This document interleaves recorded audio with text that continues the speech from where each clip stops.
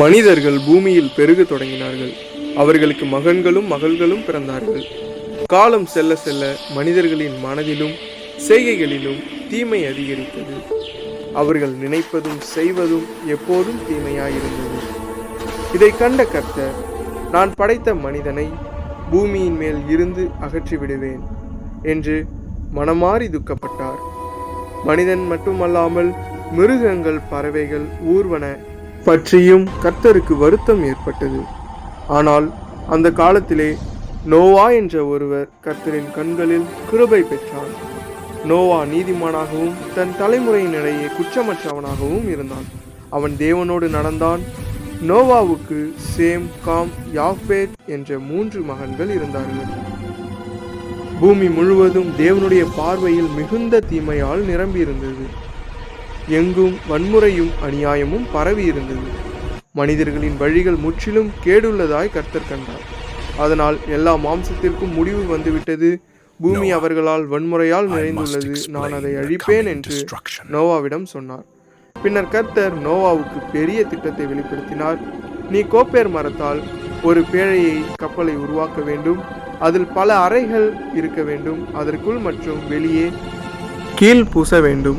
அதன் நீளம், அகலம், உயரம் அனைத்தையும் நான் சொல்வது போல் செய்ய வேண்டும். மேலே ஒரு ஜன்னலும் பக்கத்தில் ஒரு கதவும் இருக்க வேண்டும். 3 அடுக்குகள் அதில் இருக்க வேண்டும் என்று கர்த்தர் கட்டளையிட்டார். நோவா கர்த்தர் கட்டளையிட்டபடியெல்லாம் செய்து முடித்தான். மேலும் கர்த்தர், நான் பூமி எங்கும் ஒரு பெரிய ஜல பிரளயத்தை கொண்டு வருவேன். பூமியில் உயிருள்ள எல்லாம் அழிந்து போகும். நான் உன்னோடு உடன்படிக்கை பண்ணுவேன். நீ, உன் மனைவி, உன் மகன்கள், அவர்களின் மனைவிகள் பேழைக்குள் செல்ல வேண்டும் என்று சொன்னார். நோவாவும் அவனது மகன்களும் கர்த்தர் கூறியபடி செய்து முடித்தார்கள். அதோடு மட்டுமல்லாமல் ஒவ்வொரு உயிரினத்திலும் ஆண், பெண் என்று ஜோடிகளாக, சுத்தமான மிருகங்களில் 7 ஜோடிகளும் மற்ற மிருகங்களில் 1 ஜோடியாகவும் பேழைக்குள் வர வேண்டும் என்று தேவன் பாதுகாப்பாக கட்டளையிட்டார்.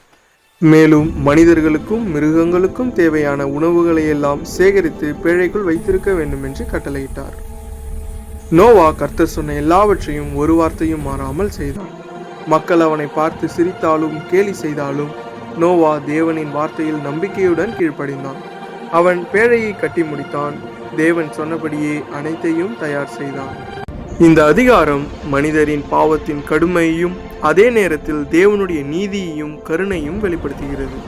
உலகம் முழுவதும் தீமையில் மூழ்கியிருந்தாலும் தேவனை நம்பி நடந்த ஒரே மனிதன் மூலமாக தேவன் எதிர்காலத்திற்கான நம்பிக்கையை பாதுகாத்தார். நோவாவின் வாழ்க்கை தேவனுக்கு கீழ்ப்படிதல் எவ்வளவு முக்கியம் என்பதை நமக்கு கற்றுக் கொடுக்கிறது.